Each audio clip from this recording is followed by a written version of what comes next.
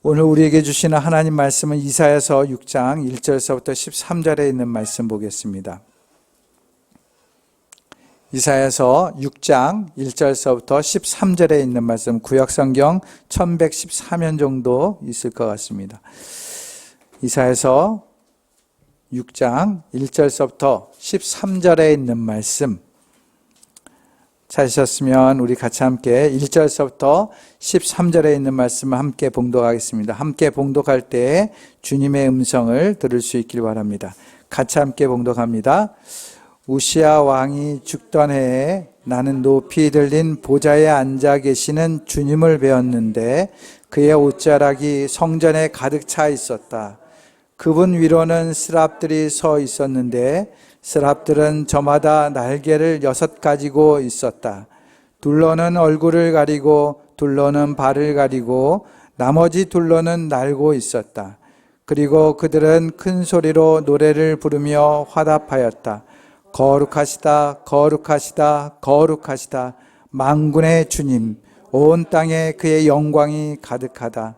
우렁차게 부르는 이 노랫소리에 문지방의 터가 흔들리고 성전에는 연기가 가득 찼다. 나는 부르짖었다. 재앙이 나에게 닥치겠구나. 이제 나는 죽게 되었구나. 나는 입술이 부정한 사람인데 입술이 부정한 백성 가운데 살고 있으면서 왕이신 만군의 주님을 만나 뵙다니. 그때의 스랍들 가운데서 하나가 제단에서 타고 있는 숯을 부집게로 집어 손에 들고 나에게 날아와서 그것을 나의 입에 대며 말하였다. 이것이 너의 입술에 닿았으니 너의 악은 사라지고 너의 죄는 사해졌다. 그때 나는 주님께서 말씀하시는 음성을 들었다. 내가 누구를 보낼까? 누가 우리를 대신하여 갈 것인가? 내가 아뢰었다. 제가 여기 있습니다. 저를 보내주십시오. 그러자 주님께서 말씀하셨다. 너는 가서 이 백성에게 너희가 듣는 늘 그러나 깨닫지는 못한다. 너희가 보기는 늘 보아라. 그러나 알지 못한다 하고 일러라. 너는 이 백성의 마음을 둔하게 하여라. 그 귀가 막히고 그 눈이 감기게 하여라. 그리하여 그들이 볼 수 없고 들을 수 없고 또 마음으로 깨달을 수 없게 하여라. 그들이 보고 듣고 깨달았다가는 내게로 돌이켜서 고침을 받게 될까 걱정이다. 그때 내가 여쭈었다. 주님, 언제까지 그렇게 하실 것입니까? 그러자 주님께서 대답하셨다. 성읍들이 황폐하여 주민이 없어질 때까지, 사람이 없어서 집마다 빈집이 될 때까지, 밤마다 모두 황무지가 될 때까지 나 주가 사람들을 먼 나라로 흩어서 이곳 땅이 온통 버려질 때까지 그렇게 하겠다. 주민의 10분의 1이 아직 그곳에 남는다 해도 그들도 다 불에 타 죽을 것이다. 그러나 밤나무나 상수리나무가 잘릴 때에 그루터기는 남듯이 거룩한 씨는 남아서 그 땅에서 그루터기가 될 것이다. 이것은 주님의 말씀입니다. 아멘.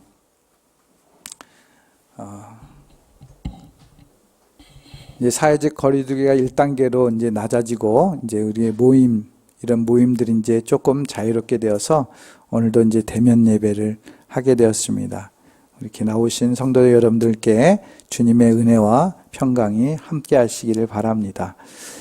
지루하고 힘든 시간들을 보내지만 그럴 때일수록 더 우리 믿음의 사람들은 하나님을 향한 마음을 잃어버리지 않고 믿음으로 잘 극복해 나갈 수 있는 그런 신실한 주의 백성들이 되어질 수 있길 바랍니다. 설교를 준비하면서 재미있는 이야기를 하나 보았습니다. 예로부터 우리나라는 잔치를 열면 무엇을 잡죠? 네, 돼지를 잡아요. 돼지를 잡습니다. 그래서 잔치를 열게 되죠. 예로부터 우리나라는 돼지를 잡아서 잔치를 합니다. 다른 짐승도 많은데 왜 하필이면 돼지를 잡을까? 그런 이유에 대해서 이렇게 이야기하고 있습니다. 주인이 어느 날 잔치를 하려고 소를 잡으러 갔어요. 근데 소가 하는 말이, 주인님, 내가 죽으면 밭농사는 누가 집니까? 그러자 주인이 그 말이 그럴듯해서 주인은 개한테 갔어요. 근데 개도 한 마리 합니다.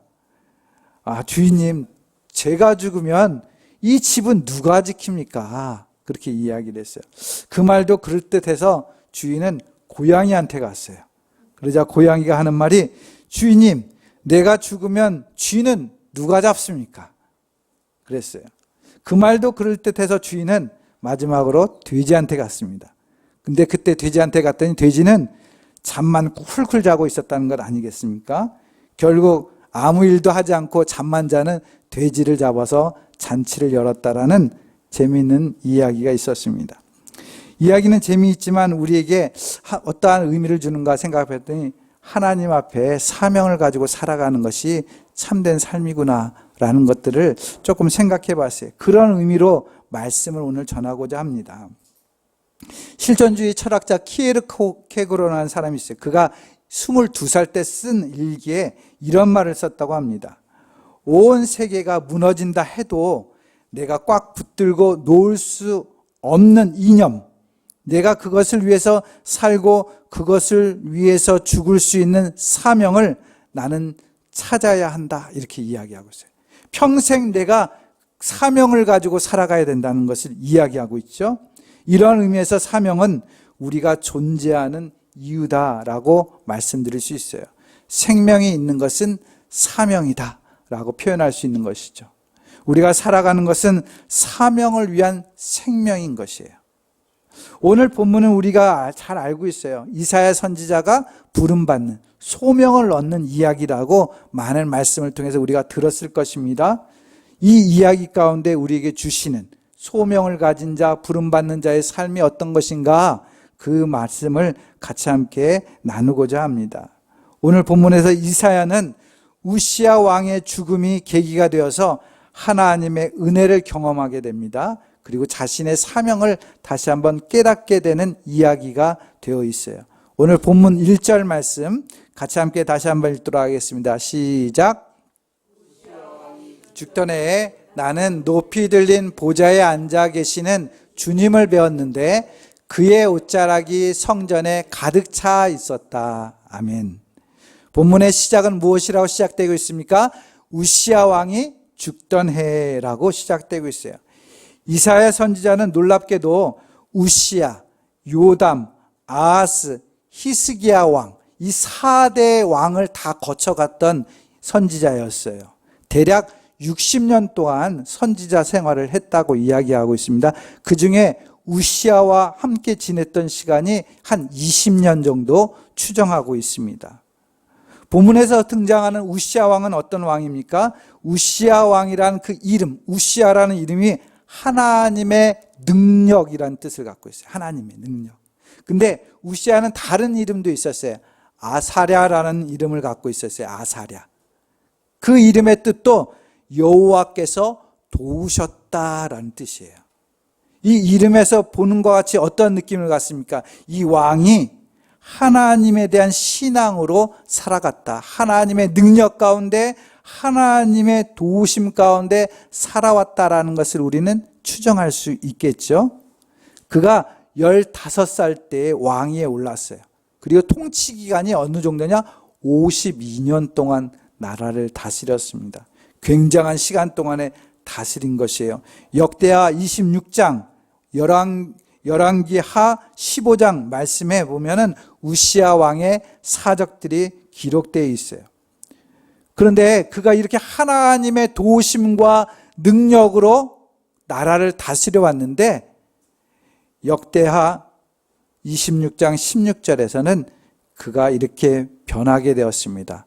우리의 지금 화면에 나와 있는데 같이 한번 읽도록 하겠습니다. 시작.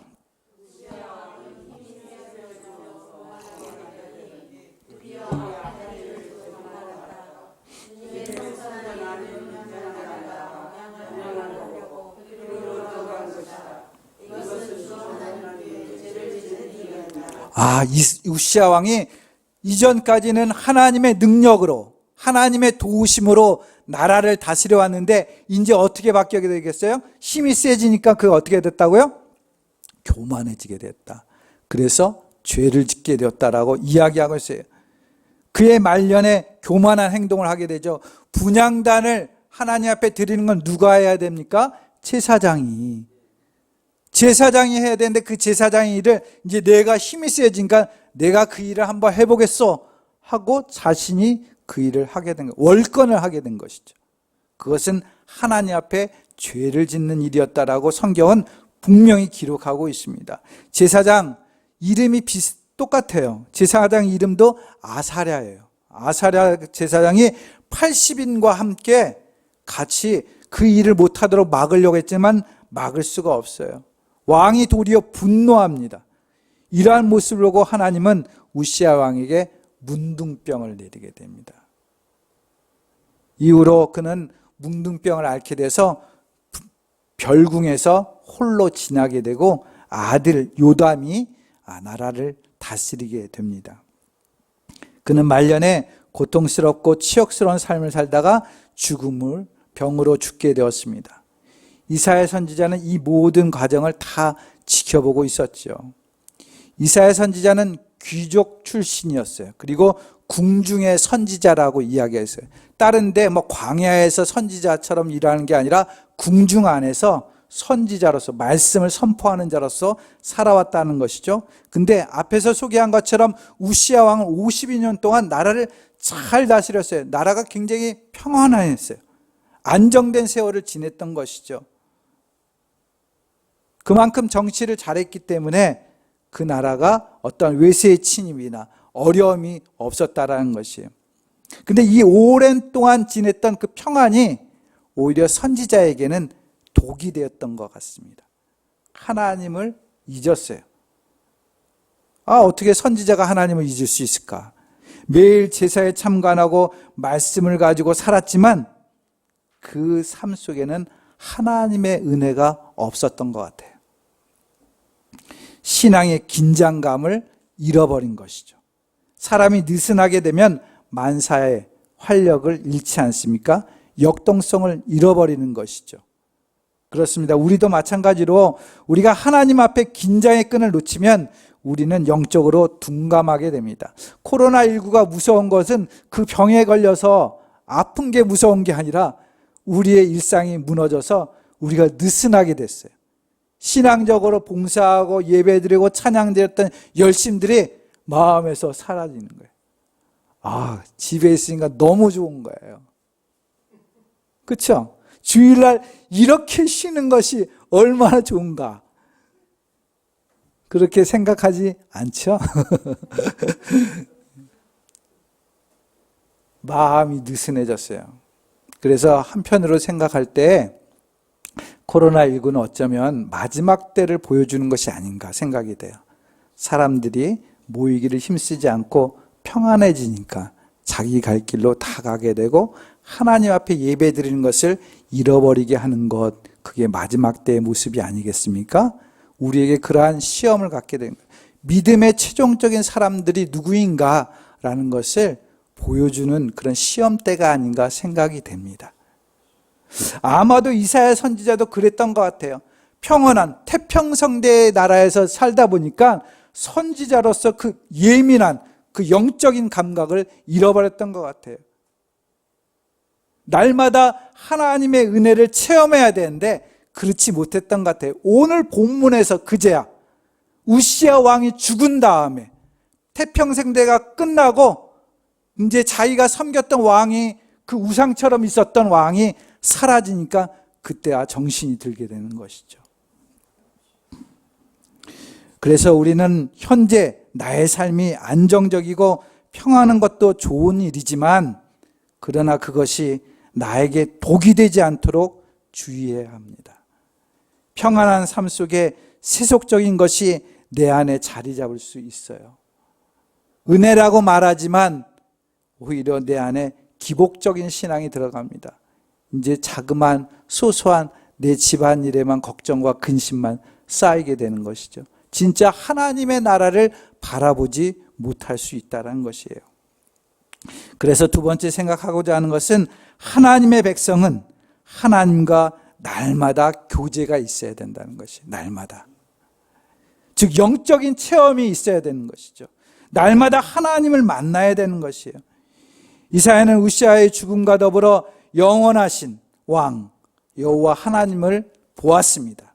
오늘 함께 읽었던 6장 1절 말씀 보시면 우시아 왕이 죽던 해에 나는 높이 들린 보좌에 앉아 계시는 주님을 배웠는데 그의 옷자락이 성전에 가득 차 있었다라고 얘기하고 있어요. 이사야는 보좌에 앉으신 주님을 보았습니다. 하늘에 앉으신 주님의 옷자락이 성전에 드리운 것을 보았어요. 성서학자들은 이것을 하늘과 땅을 잇는 제사장이신 그리스도를 보았다라고 해석하기도 합니다. 본문에서 보았다라는 말은 히브리어 문법적으로 미완료형으로 사용했다고 그래요. 이것은 무엇을 의미하냐면 그냥 비몽사몽간에 어쩌다 본 것을 의미하지 않아요. 이 말의 의미는 또렷이 봤다라는 뜻이에요. 또렷이. 배웠다라는 건 또렷이 봤다는 의미가 더 깊이 있습니다. 확실하게 봤다는 거, 확실하게. 그냥 어심프레 본 게 아니에요. 이어진 본문 더 확실하게 이야기하고 있습니다. 2절에서 4절 말씀 같이 함께 읽겠습니다. 2절에서 4절 말씀 시작.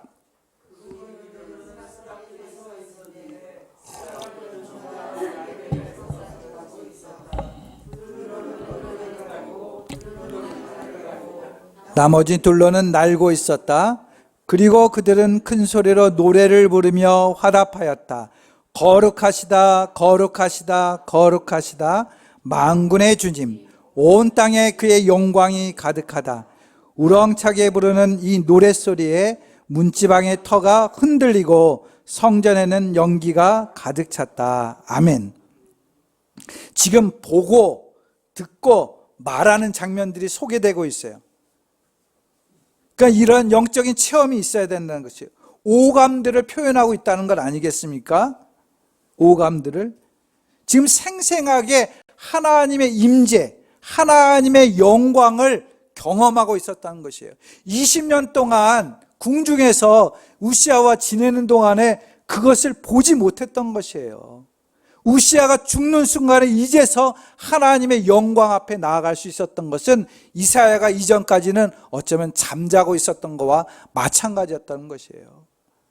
사랑하는 성도 여러분, 우리가 신앙생활을 하면서 이 교회에 나와서 그냥 형식적으로 예배드리고 찬송하는 게 중요한 게 아니라 이곳에 임재하신 진짜 살아계시는 주님을 보고 그 말씀을 듣고 그와 대화할 수 있는 그러한 믿음의 삶이 우리 안에 생생하게 있어야 된다는 것이죠. 그게 없으면 우리는 잠자는 자와 같다라는 것이에요. 영적인 관계가 이루어져야 되는 거지. 주님을 만난 사람은 날마다 삶 속에 그것이 있어야 된다는, 역동적으로 이루어져야 되는 것이에요. 이사야서는 이제서 태평생대에 잠들어 있다가 우시아가 죽으니까 덜컥 이제 깨어나게 된 거예요. 사랑하는 성도 여러분, 오늘 이 시간을 통해서 다시 한번 내 영적인 존재를 깨어날 수 있길 바랍니다. 주님과 새롭게 관계를 이루며 날마다 주님을 만나는 그러한 삶이 되는 것이에요. 믿음의 사람이라는 것은 늘 하나님과 관계하는 것이에요. 사람과의 관계도 중요하지 않습니까? 우리가 코로나19로 인해서 비대면 이렇게 함으로 인해서 사람들과의 관계가 얼마나 중요하고 소중한 걸 깨닫게 되잖아요. 그렇죠?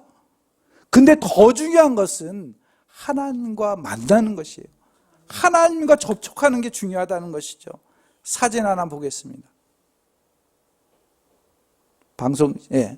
이게 뭔지 아십니까? 이게 뭔지 아세요? 여러 가지 용도로 사용하겠죠. 뭐 전파를 보내는 일 막 사용하겠죠. 근데 그 중에 하나 사용 정도가 뭐냐면 외계인들과 접촉하기 위해서 전파를 쏘는 장비예요. 우리 생명체, 다른 생명체가 외계에 있을 것이라 생각해 우리 소리를 들어달라고 이렇게 전파를 쏘는 그러한 장비들이라고 합니다. 대단하지 않습니까? 대단하지 않습니까? 그런데 우리는 하나님과 접촉하기 위해서는 저런 장비가 필요가 없어요. 필요가 없어요. 우리에겐 가장 쉬운 방법으로 하나님께서 만나기를 원합니다. 이 시간에 예배를 통해서 만나기를 원하시는 것이죠. 기도라는 것을 통해서 만나기를 원하시는 것이죠. 만약에 저런 장비를 세워야 된다고 하면 어떻게 세우겠어요? 하나님은 가장 쉬운 방법으로 우리와 접촉할 것을 이야기하셨지만 우리는 그렇지 못하다는 게 안타까운 현실인 것이죠. 사랑하는 성도 여러분, 언제나 내 삶 속에 주님을 만나고자 하는, 주님의 영적인 체험, 영적인 그런 삶을 살고자 하는 그러한 믿음으로 나아갈 수 있길 바랍니다. 소니를 일본의 대기업으로 키워낸 오가노리오라는 사람이 있다고 그럽니다. 오가노리오 사람. 그는 경영인으로서 소니를 4배의 규모로 크게 확장시킨 사람이에요. 그러면서도 일본의 크고 작은 오케스트라를 지휘도 했다고 합니다. 그리고 독일의 베를린 필하모니도 지휘도 했고 해외 뮤직 페스티벌에서도 오케스트라를 이끌고 다녔다고 합니다. 새벽 공부를 통해서 비행기 관련 자격증을 7개나 따기도 했답니다. 손수 비행기를 조종하기도 했다고 해요. 그런 그가 이런 말을 합니다. 사람이 비행기를 타면 긴장감이 고조됩니다. 내가 73세까지 최고의 경영자로 활동할 수 있었던 것은 남들이 자는 시간도 조종실에서 운전하는 것처럼 살아왔기 때문입니다 라고 이야기하고 있어요. 그러니까 긴장감을 가지고 날마다 살았다는 것이죠. 기업을 이끄는 사람도 자신의 삶을 잘 이끌기 위해서, 성공적으로 이끌기 위해서 긴장감의 끈을 놓치지 않고 살아왔다는 것을 이야기하고 있습니다. 주님을 만난 사람도 마찬가지예요. 하나님 앞에 신실하게 살아가기 위해서는 늘 영적인 긴장감의 끈을 놓쳐서는 안 되는 것이에요. 늘 하나님을 만나기 위해서 기도하고 예배하고 믿음의 길을 나아가야 되는 것이죠. 주님과 접촉하기 위해서 나아가야 되는 것이에요. 언제나 영적인 긴장감을 이루며 살아갈 수 있는 저와 여러분들 될 수 있기를 바랍니다. 후반절에 나오는 백성들의 상태는 반대되는 형상을 이야기하고 있어요. 본문 9절 말씀이에요. 9절 말씀 같이 함께 읽겠습니다. 시작.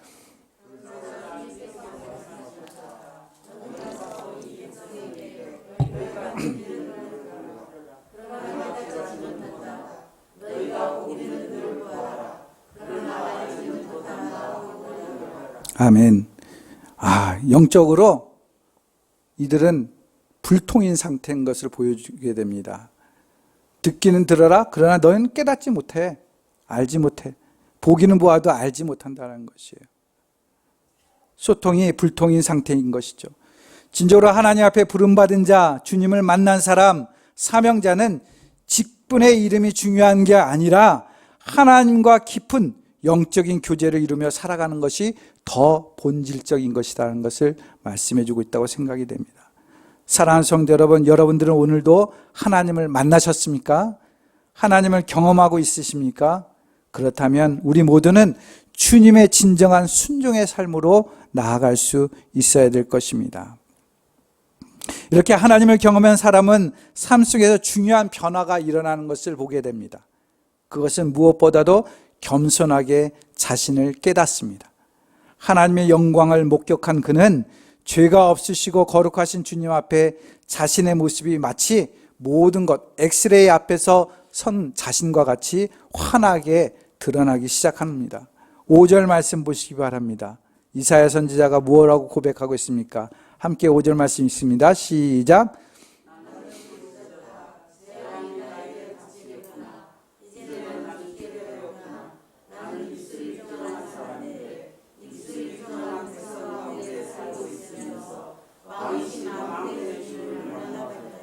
아멘.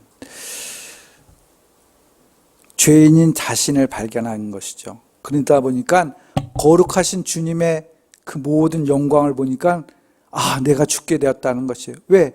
죄인은 그 거룩한 하나님 앞에 설 수 없기 때문에. 그럼에도 불구하고 지금 하나님의 은혜 가운데 있음을 깨달은 것이에요. 하나님의 은혜를 깨달은 사람은 어떻습니까? 사도 바울은 디모데전서 1장 15절 말씀에 이렇게 이야기합니다. 그리스도 예수께서 죄인을 구원하시려고 세상에 오셨다고 하는 이 말씀은 믿음직하고 모든 사람이 받아들일 만한 말씀입니다. 나는 죄인의 우두머리입니다. 자신이 죄인인 것을 고백하고 있어요. 그것도 우두머리래요. 누가복음 5장 8절에서도 시몬 베드로는 뭐라고 얘기합니까? 예수님 앞에 무릎 꿇고 뭐라고 고백합니까? 주님, 나에게서 떠나 주십시오. 나는 죄인입니다. 누가복음 18장 13절 말씀에서도 부자와 세리가 기도하는 장면을 예수님께서 예화로 들으셨어요? 실제로 그런 일들이 일어났었던 것 같아요. 근데 세리는 어떻게 기도합니까? 멀찍이 서서 하늘을 우러러 볼 엄두도 못 내고 가슴을 치며 아, 하나님, 이 죄인에게 자비를 베풀어 주십시오. 하나님을 만나는 사람들은 늘 내가 죄인인 걸 아는 거예요. 겸손하게 주님 앞에 나아가는 것이죠.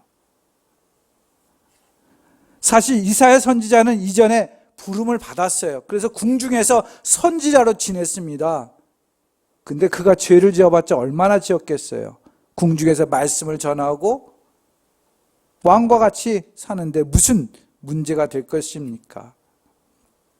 인간적으로 생각하면 얼마나 죄를 지었겠습니까? 그럼에도 하나님을 경험한 사람, 그분을 거룩함을 아는 사람은 자신의 연약함을 깊이 체험하게 된다는 것이에요.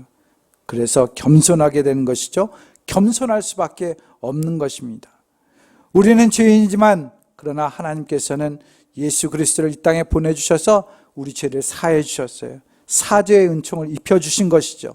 그렇기 때문에 우리는 죄인이지만 주님의 그 용서하심 앞에 서야 합니다. 유명한 부흥사 중에 우리 무디 목사님 아실 겁니다. 많이 들어보셨을 거예요. 그는 원래 구두를 깁는 그러한 직종의 사람이었어요. 그리고 그는 초등학교도 제대로 졸업하지 못한 사람이었습니다. 무식한 사람이었어요, 한마디로. 그러나 정열적으로 다니며 부흥회를 인도하였어요. 수십만 명이 영혼이 들어왔던 것 아니겠습니까? 한 번은 어느 마을에 부흥회를 인도하러 갔습니다. 근데 그 마을 신문에 무디에 대해서 소개하는데 안 좋은 부정적인 이야기를 써 있는 거예요. 무식하다, 그의 허물이 많다 하면서 험단들을 늘어놓았던 것 아니겠습니까?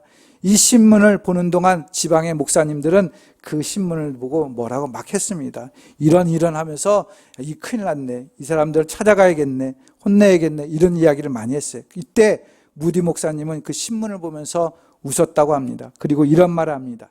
내버려 두세요. 신문에 나지 않은 허물들이 훨씬 더 많으니까 그럴 것 없습니다. 사실 저들이 말하고 있는 그것보다 나는 훨씬 더 부족한 사람이며 그들이 지적하는 죄보다 더 큰 죄인입니다 라고 고백했다고 합니다. 그 유명한 부흥사일지라도 하나님 앞에 죄인임을 깨닫고 그 사명을 감당했어요. 우리도 때로는 망각할 때가 있어요. 내가 죄인이라는 걸 망각할 때가 있어요. 뭔가 잘되고 성공하고 내가 든든히 섰다 싶으면 내가 죄인이라는 걸 까먹을 때가 있어요. 우리는 늘 하나님을 만난 사람이라면 하나님 앞에 나는 겸손하게 나는 죄인입니다 라고 고백할 수 있는 그러한 믿음의 자세가 있어야 할 것입니다. 이사야 선지자는 비로소 이제 사명을 깨닫게 됩니다. 8절 말씀 보시기 바랍니다. 8절 말씀 같이 함께 봉독합니다. 시작.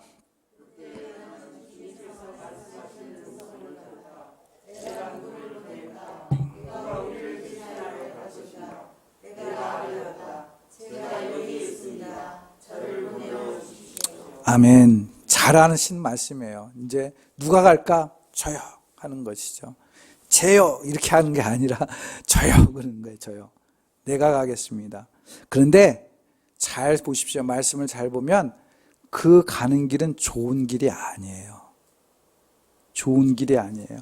가면은 하나님의 능력이 나타나고 모든 사람이 변화되고 하나님을 믿는 사람은 돌아오는 자리가 아니라는 것이에요. 사랑하는 성도 여러분, 우리의 환경은 좋은 환경이 아니라는 것이죠. 하나님 앞에 부름받은 자는 늘 평안하고 잘 되는 게 아니라 때로는 가시밭을 갖는 그러한 험난한 길이 될 수도 있다라는 것을 보여주고 있어요. 영국의 속담 중에는 민들레는 화단을 고집하지 않는다라는 속담이 있다고 그래요. 이 말은 민들레만큼 어느 환경에서든지 잘 적응하고 꽃 피우는 식물도 드물다는 것이죠. 민들레는 어느 환경이든 잘 적응한다는 것이에요. 사도 바울도 민들레와 같은 사람이었습니다. 그는 이렇게 고백합니다. 빌립보서 4장 12절 말씀에 나는 비천하게 살 줄도 알고 풍족하게 살 줄도 압니다. 배부르거나 굶주리거나 풍족하거나 궁핍하거나 그 어떤 경우에도 적응할 수 있는 비결을 배웠습니다. 환경이 중요한 게 아니에요. 나는 어느 곳에든지 주님께서 주신 능력이라면 그곳에서 다 감당합니다 라고 이야기하고 있어요. 이것이 바로 하나님을 만난 사람의 고백일 것입니다. 흑인 최초로 미국 아이비리그 대학, 유명한 대학들이 많지 않습니까? 그 대학의 초대 총장, 초대가 아니라 처음으로 총장이 된 시몬스 박사가 있습니다. 그는 흑인 여성이었어요. 그의 삶은 책 한 권, 책상 하나 없는 가난한 집안에서 태어났다고 합니다. 그럼에도 불구하고 최고 명문대의 총장까지 이르게 됐어요. 1945년 인종차별이 심한 텍사스 동부 시골에서 소장농을 지내던 아버지와 하녀로 일하고 있던 어머니 안에서 태어났어요. 12남매 중에서 막내로 태어났다고 합니다. 막내로. 가난과 차별을 딛고 하버드대에 문학 석박사 학위를 받게 되었어요. 그리고 총장에 이르게 됐다고 합니다. 그가 만약 환경을 탓했다면 도저히 이룰 수가 없었겠지요. 성경에서도 환경을 초월한 사람이 누굽니까? 하나님의 역사를 이뤘던 사람들 중에 대표적인 사람이 요셉 아니겠습니까? 형들의 배반과 종으로서의 피곤한 삶, 그리고 억울한 누명을 뒤집어 써서 감옥에 또 갔던 그런 사람이었어요. 그러나 그 어려운 환경 속에서도 하나님의 역사를 이루었던 것을 보게 됩니다. 그 하나님의 역사를 이루면서 형들에게 고백하는 말이 있어요. 그러므로 실제로 나를 이리로 보낸 것은 형님들이 아니라 누구라고요? 하나님이십니다. 이렇게 어렵고 험난한 길을 걷게 된 것은 형들 때문에 된 것이 아니라 하나님께서 그렇게 하셨다는 것이에요. 하나님의 백성이라면 자신의 환경을 탓하기보다는 그곳에 내가 왜 부름받았는지 그것을 알아야 돼요. 내가 왜 팔당교회에 보냄을 받았는지 그것을 알아야 돼요. 내가 왜 우리 가정에 보냄을 받았는지 알아야 돼요. 왜 내가 저 사람을 만나게 되었는지 알아야 돼요. 그게 나의 사명이라니까요. 때로는 험난한 길이 될 수 있어요. 어려운 길이 될 수 있어요. 오늘 본문 9절에 뭐라고 합니까? 그러자 주님께서 말씀하셨다. 너는 가서 이 백성에게 너가 듣기는 늘 들어라. 그러나 깨닫지 못한다. 너가 보기에는 늘 보아라. 그러나 알지 못한다. 너희는 듣지도 못하고 알지 못할 거야 라고 부정적으로 그들을 책망하고 있는 말씀을 전하는 것이에요. 12절 13절 말씀에도 뭐라고 합니까? 나 주가 사람들을 먼 나라로 흩어서 이곳 땅이 온통 버려질 때까지 그렇게 하겠다. 주민의 10분의 1이 아직 그곳에 남는다 해도 그들도 다 불에 타 죽을 것이다. 지금 우시아 통치 기간에 태평성대가 있었고 우시아는 죽었지만 그래도 지금 나라가 평안한 상태예요. 그곳에 가서 사람들에게 너희는 다 죽을 거야. 10분의 1 남는다 해도 불타 죽을 거야. 그렇게 외친다고 생각해 보세요. 어떻게 되겠습니까? 어떻게 될 것 같아요? 사랑하는 성도 여러분, 이사야 선지자는 그러한 소명 앞에 제가 가겠습니다. 제가 죽겠습니다 하는 말이나 마찬가지죠. 제가 그 말씀 전하고 죽겠습니다라고 말씀을 한 거예요. 그런데 어떻게 됩니까?